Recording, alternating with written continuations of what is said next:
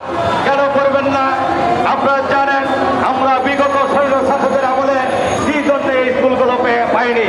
কারণ যখন আওয়ামী ফ্যাসিস্ট দ্বারা বিভিন্ন উপজেলা এবং জেলায় তথ্য যাচাই বাছাই করা হয়েছে, তখন শুধু একটি বাক্য উঠেছে যে এই স্কুলগুলোর সভাপতি বিএনপি, প্রধান শিক্ষক বিএনপি, অন্যান্য শিক্ষক যারা ভিন্ন আন্দোলনের সংগ্রামে লিপ্ত আছে, যার জন্যই এই স্কুলগুলো জাতীয়করণ হয়নি।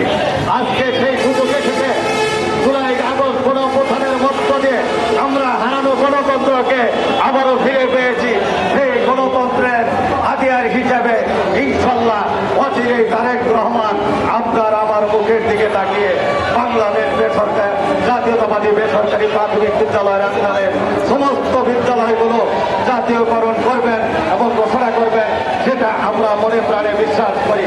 কারণ তার মা প্রয়াত বেগম খালেদা জিয়া, তিনি যেমন উদ্যোগে দেশের প্রত্যেকটি বেসরকারি প্রাথমিক বিদ্যালয়গুলোকে রেজিস্ট্রেশন আওতায় এনেছিলেন, ঠিক তেমনি আমরাও বিশ্বাস করি তার ছেলে বাংলাদেশের অহংকার, তারুণ্যের অহংকার মাননীয় প্রধানমন্ত্রী অচিরেই হয়তো আমাদের দিকেও ফিরে তাকাবে এবং স্কুলগুলো সরকারের আন্ডারে নিয়ে আসবেন, এটা আমরা মনে প্রাণে বিশ্বাস করি এবং আশা রাখি।